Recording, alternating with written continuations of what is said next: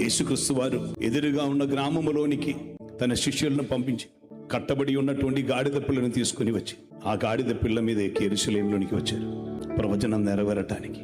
ప్రవచనం నెరవేరగా మునుపు ఆ గాడిద పిల్ల కట్టబడి ఉండను, కానీ కట్టులు విప్పి ప్రవచనం నెరవేరింది.